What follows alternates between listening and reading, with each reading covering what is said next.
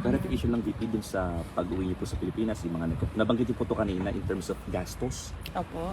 Paano po ba yung gastos niyo po dito? Sabi niyo kanina may mga nagbebenta na lang kayo ng gamit imbis na humingi ng donasyon. Can you please elaborate lang po yun? Oo, may nagtanong kanina kung paano daw yung gastusin namin na magkakapatid dito dahil palitan kami sa pagpunta dito at pagbisita kay Pangulong Duterte. At nasabi ko kanina, sabi ko si Hanilat naman merong mga negosyo, long established way, several decades na siguro yung negosyo niya.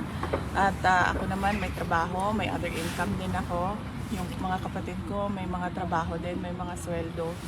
At I'm sure meron din silang other income. So, ang arrangement namin ay KKB o kanya-kanyang bayan. Hindi namin napapag-usapan. Hindi rin kami naghihingian ng pera. Napag-usapan namin na hindi tumanggap ng donasyon at hindi humingi ng tulong.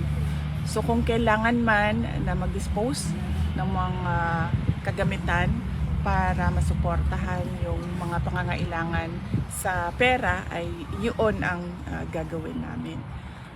Because kung napapansin nyo, yan yung natutunan namin sa tatay namin. At yan din yung discussion namin kanina na huwag humingi ng tulong.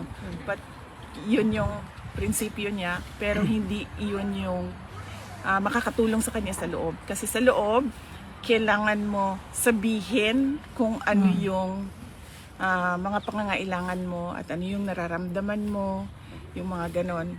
Sa doktor, like masakit ang ulo ko, hindi mo dapat tinatago, sinasabi mo, sasabihin mo sa guard, kailangan ko ng shaving cream, so ganon, mga ganon na mga bagay. Marami po nag-offer ng help na sa inyo in terms of financial? Well, wala naman. Well, gusto ko lang din malaman ng mga tao na hindi kami tumatanggap ng donasyon, hindi kami humihingi ng pera, at wala po kaming inauthorize na kahit sino man na tumanggap on behalf of the family. Klaro yun sa aming magkakapatid.